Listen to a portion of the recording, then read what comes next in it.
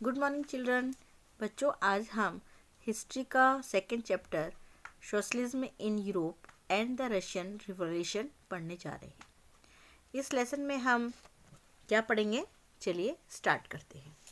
We will look briefly at some of the important political traditions of the 19th century and see how they influenced change.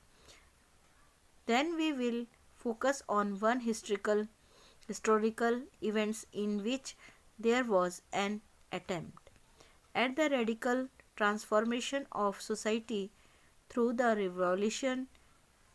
In Russia, socialism became one of the most significant and powerful ideas to shape society in the 19th century. हम इस जो ये lesson है ना, इसके अंदर हम इस अध्याय में हम 19th सेंचुरी के कुछ महत्वपूर्ण जो पॉलिटिकल ट्रेडिशनल है उनका अध्ययन करेंगे और देखेंगे कि उन्होंने परिवर्तन जो हुआ था उसके विषय या उसके संदर्भ में क्या असर डाला।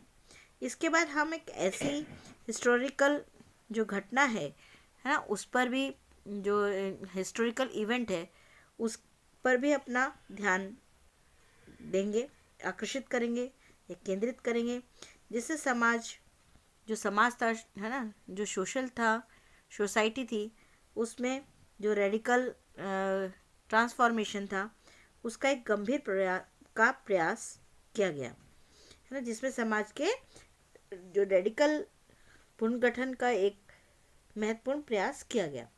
रूस में हुई जो क्रांति थी है ना, रेवोल्यूशन हुआ था रूस में, उसके कारण समाजवाद जो था, सोशलिज्म जो था, वो 20th सेंचुरी का स्वरूप तय करने वाले सबसे महत्वपूर्ण और शक्तिशाली जो आइडियाज थे उसके श्रृंखला का हिस्सा बन गया।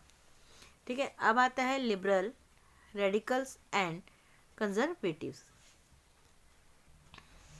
One of the group which look to change society were the liberal.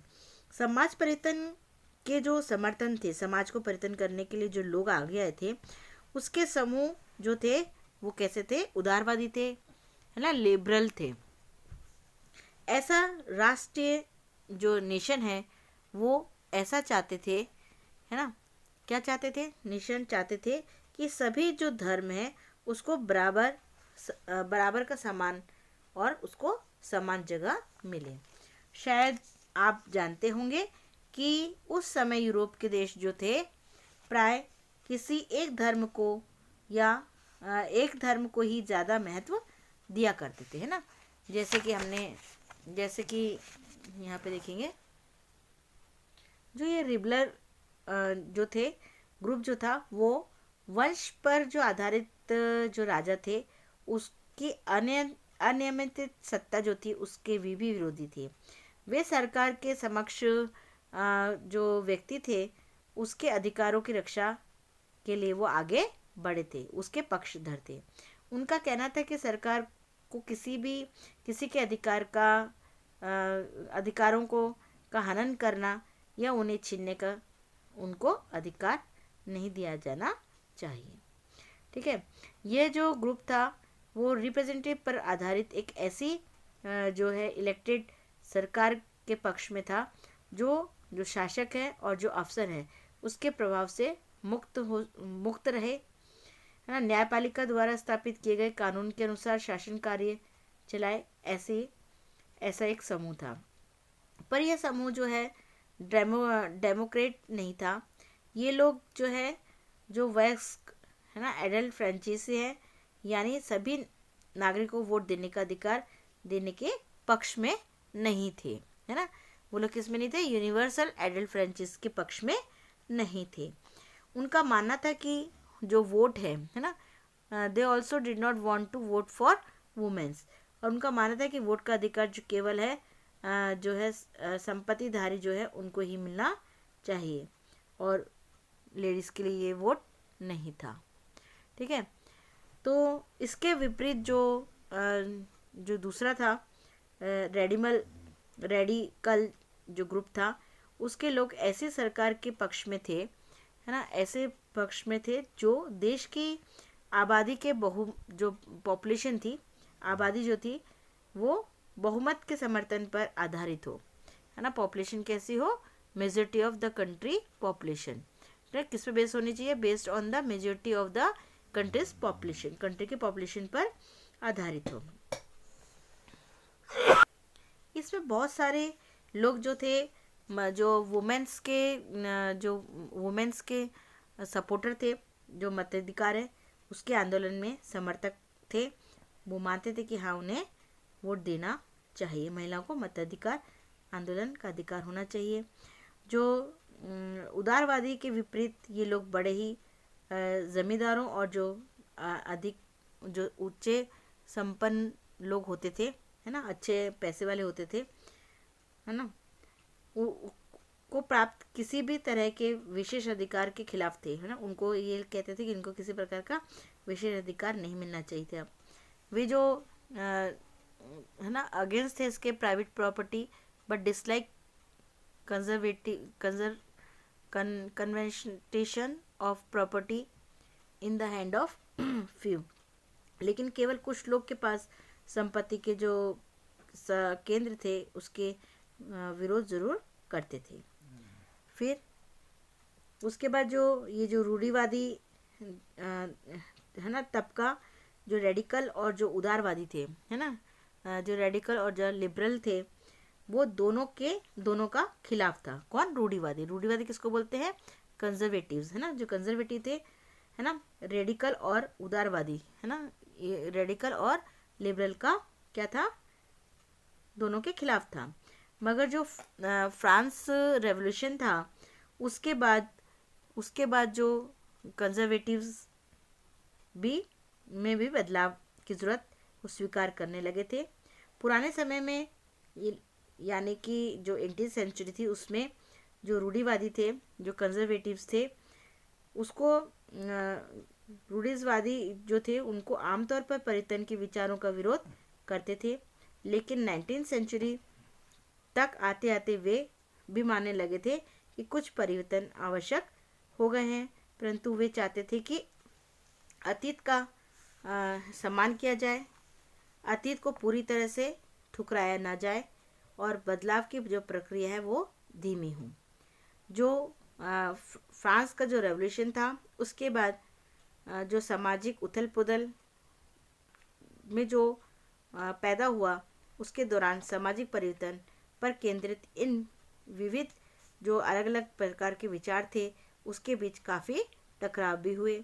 19th century में जो रेवोल्यूशन और जो नेशनल इन ट्रांसफॉर्मेशन की जो विभिन्न कोशिश ने इन जो पॉलिटिकल धाराएं थी उनकी सीमाओं और संभावनाओं को स्पष्ट कर दिया था। अब उसके बाद आता है industrial society and social change, है ना, सामाजिक जो औद्योगिक समाज था और जो सोशल चेंज हुए उसके बारे में यहाँ पर बताया गया है ना। इससे क्या हुआ, औद्योगिक समाज और जो है उसमें परिवर्तन भी हुए। ये जो पॉलिटिकल ट्रेंड्स थे वो एक युग के घोतक भी थे, है ना, और it was a time of the profound social and economic changes. ये दौर जो था वो जो सोशल और इकोनॉमिक बदलावों का भी था। ये एक ऐसा समय था जब एक नए शहर बस गए थे, सिटीज़ बस गई थी और नए नए जो इंडस्ट्रियल रीजन्स हैं वो डेवलप हो गए थे, विकसित हो गए थे। रेलवेज एक्सपेंड हो गए थे, उनका विस्तार हो गया था और जो इंडस्ट्रियल रेवोल्यूशन था वो भी संपन्न हो गया था। जो इंडस्ट्रियलाइजेशन था वो उसने औरतों और आदमियों और बच्चों सबको कारखानों में ला दिया। काम के घंटे यानी बहुत कुछ लंबे होते थे और मजदूरी बहुत कम मिलती थी, है ना। बेरोजगारी आम समस्या हो गई थी। इसी प्रकार के बहुत सारी समस्या सामने आ रही थी। बेरोजगार हो गए थे लोग, है ना। शहर तेजी से बसते और फैलते जा रहे थे, इसीलिए वहाँ पर घरों की और साफ सफाई के काम में थोड़ा मुश्किल हो रहा था, है ना। वहाँ की साफ सफाई ये सब वगैरह नहीं हो पा रही थी। उसके बाद जो लिबरल लोग थे और जो रेडिकल, दोनों ही इन समस्याओं को हल करने की कोशिश कर रहे थे। ठीक है, उसके बाद नेक्स्ट टॉपिक आता है अपना the coming of socialism to Europe, है ना। अब सोशलिज्म जो था यूरोप में जो समाजवाद था उसका आना। ठीक है, समाज के जो पुनर्गठन था उसका सबसे दूरगामी दृष्टि प्रदान करने वाली विचारधारा समाज की ही थी। 19th सेंचुरी जो थी उसके मध्य में यूरोप में जो है सोशलिज्म एक जाना पहचाना विचार था।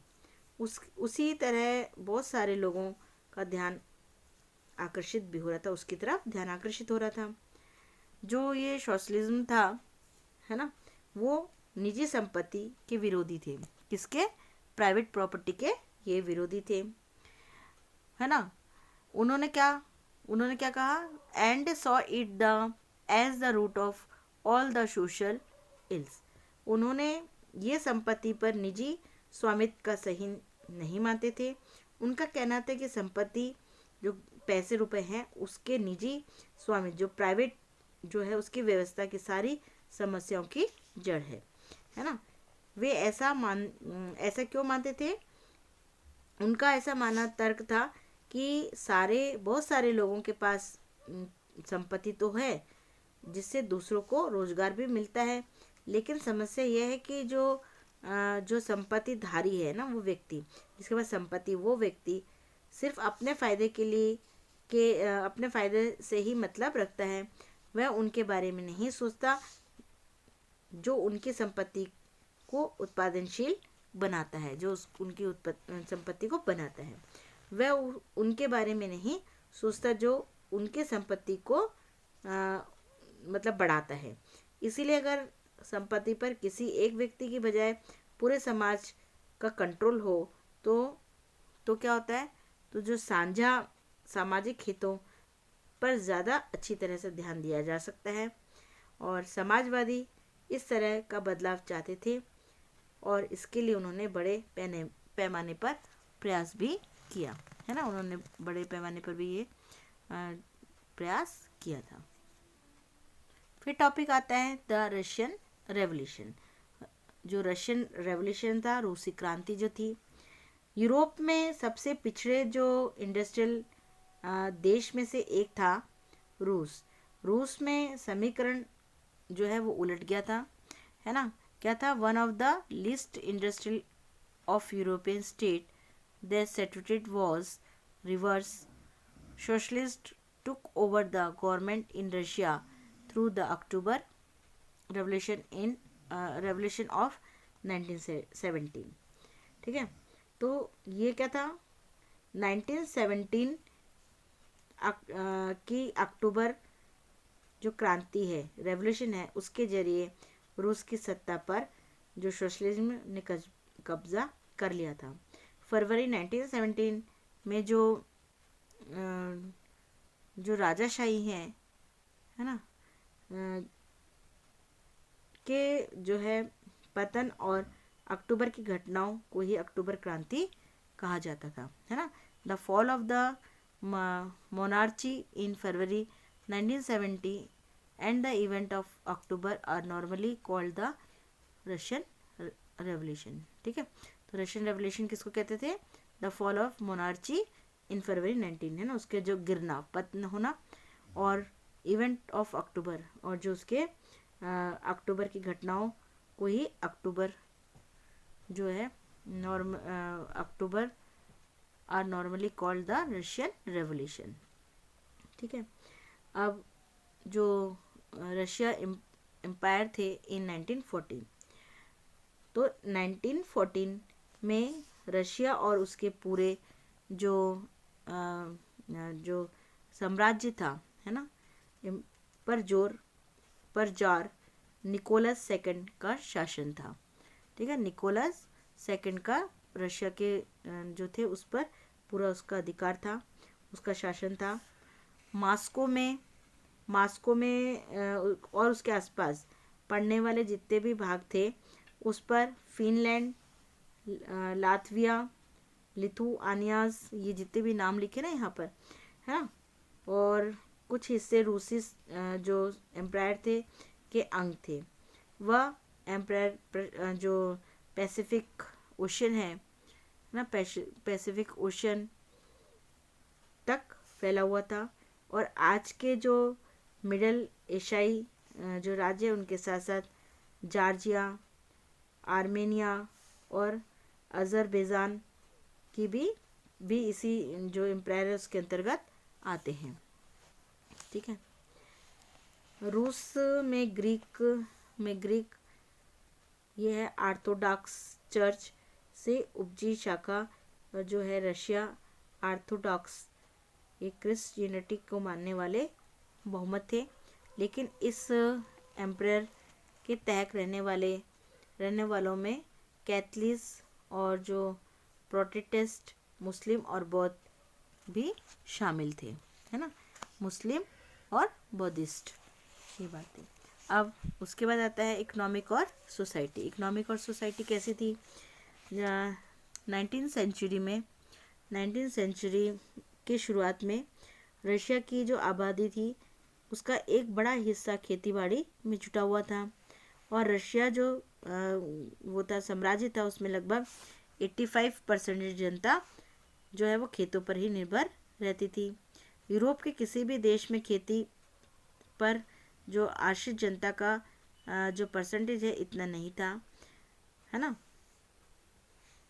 इंडस्ट्री पर जो है इंडस्ट्रीज बहुत कम थे। ठीक है, उसके बाद जो सेंट पीटर्सबर्ग और मॉस्को, है ना, प्रमुख वहाँ के इंडस्ट्रियल एरिया थे।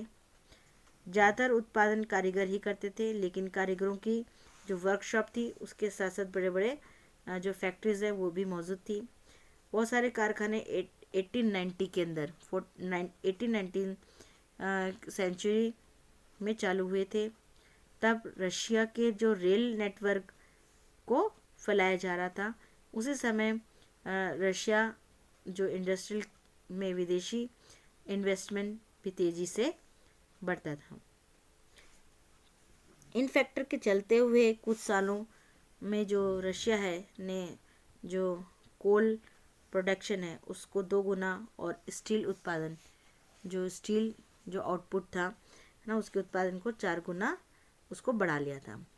और सन 1900 तक के कुछ इलाकों में तो कारीगरों और कारखान जो फैक्ट्रीज थी, है ना, उनके वर्कर की संख्या लगभग बराबर हो गई थी। सोशलिज्म इन यूरोप 1914 में पहले जो रूस था, है ना, जो रशिया था, वो सभी पॉलिटिकल पार्टीज जो थे वो कैसे थे? गैर कानूनी थे। मार्क्स के विचारों का मानने वाले ये जो सोशलिज्म ने 1898 में Russian social democratic workers party का गठन किया था, उसको बनाया था। सरकारी आतंक के कारण इस पार्टी ने गैर कानूनी संगठन के रूप में एक काम करना पड़ रहा था। इस पार्टी को एक अखबार इस पार्टी ने क्या करा? एक अखबार निकाला था। उसमें मजदूरों को संगठित किया था और हड़ताल आदि कार्यक्रम जो थे वो आयोजित किए थे।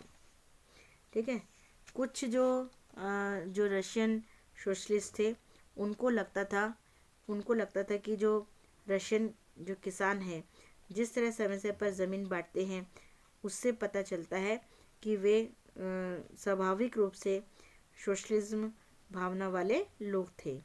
इसी आधार पर उनका मानना था कि जो रशिया के मजदूर नहीं बल्कि किसान ही रेवोल्यूशन का मुख्य जो है एनर्जी बनेंगे, शक्ति बनेंगे। वो जो क्रांति थी, रेवोल्यूशन था, उसका लीडरशिप करके और रूस जो रशिया था वो बाकी देशों के मुकाबले ज़्यादा जल्दी जो है सोशलिस्ट देश बन गया। The February revolution in Portugal. तो 1917 की जो जो in the winter of 1917 condition in the capital Portugal were grim, है ना। जो 1917 की जो सर्दियों की जो राजधानी पेट्रोग्राड की हालत बहुत ख़राब थी। ऐसा लगता था मानो जो लोग हैं उनके मौजूद जनता के मौजूद जो विभिन्नताएं हैं उसको ध्यान में रखकर ही शहर की बनावट तय की गई है। मजदूरों के क्वार्टर्स और कारखाने नेवा नदी के राइट तट पर थे और लेफ्ट किनारे पर फैशनेबल इलाके, विंटर पैलेस और सरकारी गवर्नमेंट इमारतें थी, बिल्डिंग्स थी। जिस पैलेस में डुमा की बैठक होती थी, है ना, मीटिंग्स होती थी, वह इसी तरह का था। फरवरी में जो वर्कर होते थे उनके इलाकों में जो है खाद्य पदार्थों की भारी कमी पैदा हो गई। उस साल ठंड भी कुछ ज़्यादा थी, ज़्यादा भीषण कोहरा और बर्फबारी हुई थी। और जो पार्लियामेंट प्रतिनिधि चाहते थे कि जो इलेक्टेड गवर्नमेंट है वो बची रहे, इसीलिए वह जार द्वारा जो डेम्यूमा को भंग करने के लिए की जा रही कोशिश का विरोध कर रहे थे। 22 फरवरी में जो है क्या हुआ था, जो राइट बैंक था उस पर स्थित एक फैक्ट्री में तालाबंदी कर दी गई, उसको बंद कर दिया गया, है ना, उसको लॉक कर दिया गया। अगले दिन उस फैक्ट्री के मजदूरों के समर्थन में 50 फैक्ट्रियों के जो 50 फैक्ट्रीज थी, 50 फैक्ट्रीज के जो वर्कर थे उन्होंने हड़ताल का ऐलान कर दिया। बहुत सारे कारखानों में हड़ताल का जो लीडरशिप था वो औरतों ने किया। इसी दिन को बाद में इंटरनेशनल महिला दिवस के नाम से, इंटरनेशनल वुमेन्स डे के नाम से जाना जाने लगा। जो मूवमेंटकारी थे, जनता बस्ती पार करके राजधानी के बीचों बीच जो है वहाँ पर आ गए थे। इसी समय पर कोई राजनीतिक पार्टी जो थी वो मूवमेंट को सक्रिय रूप से संगठित और संचालित नहीं कर रही थी, उसको नहीं देख रही थी। तब जो फैशनेबल रियायती इलाके और सरकारी इमारतों को मजबूती ने घेर लिया, तो सरकार ने कर्फ्यू भी लगा दिया, कर्फ्यू लगा दिया। शाम तक जो मूवमेंटकारी थे वो तितर बितर हो गए, इधर उधर हो गए, लेकिन 24 और 25 डेट को वो फिर इकट्ठा होने लगे। जो गवर्नमेंट थी उसने उन पर नज़र रखने के लिए जो घुड़सवार होते हैं, घुड़सवार जो सैनिक होते हैं और जो पुलिस है उसको भी तैनात कर दी थी। और संडे 25 फरवरी को, संडे के दिन सरकार ने ड्यूमा को बर्खास्त कर दिया, हटा दिया। गवर्नमेंट के इस फैसले के खिलाफ जो पॉलिटिकल बयान देने लगे। 26 डेट को प्रदर्शनकारी जो थे बहुत बड़ी संख्या में जो है लेफ्ट बैंक के बैंक पर इकट्ठे हुए और 27 को उन्होंने जो पुलिस का जो हेड ऑफिस था उस पर हमला करके उसको पूरा तरह से नष्ट कर दिया। रोटी, तनख्वाह और काम के लिए घंटों में कमी और डेमोक्रेसी अधिकारों के पक्ष में नारे लगाते बहुत सारे लोग सड़कों पर जमा हो गए। गवर्नमेंट ने स्थिति पर नियंत्रण कायम करने के लिए एक बार फिर जो घुड़सवार सैनिक थे उनको तैनात कर दिया, लेकिन घुड़सवार सैनिकों की टुकड़ी ने प्रदर्शनकारियों पर गोली चला दी, है ना। क्या कर दिया ना, जो प्रदर्शन कर रहे थे उन पर गोली चला दी, और है ना गोली चलाने से उन्होंने इनकार कर दिया। और जो सिपाही थे उन्होंने सिपाहियों ने एक रेजिमेंट के जो बैरक में अपने ही एक अफसर पर गोली चला दी, और 3 दिन जो रेजिमेंटों में भी बगावत कर दी थी, और जो हड़ताली मजदूर थे उनके साथ में वो जाकर मिल गए। उस शाम को सिपाही और जो मजदूर थे उनको सोवियत या परिषद का गठन करने के लिए उसी इमारत जो बिल्डिंग थी उसी के वहाँ पर उसी बिल्डिंग में जमा होने के लिए कहा गया, है ना। अब जो ये ट्यूमा की बैठक हुआ करती थी, है ना, अब तक वहाँ पर उसकी बैठक हुआ करती थी। वहीं पर जो है पेट्रोग्राद जो सोवियत का जन्म हुआ था, ठीक है। अब व्हाट चेंज आफ्टर अक्टूबर के बाद कुछ चेंजेस हुए थे, है ना, जैसे गृह युद्ध हुआ, उसके बाद जो समाजवादी समाज का निर्माण था वो हुआ, है ना। क्या क्या हुआ इसके अंदर, ये सिविल वार हुआ, उसके बाद सिविल वार के बाद जो making of the socialist society वो उसका निर्माण किया गया, है ना। उसके बाद जो है समाजवादी समाज का निर्माण किया गया, जैसे अभी बताया गया आपको। और जो स्टालिनीवाद और जो समूहकरण था, कलेक्टिवेशन, है ना, वो हुआ। ये सब चेंजेस हुए थे इसके अंदर।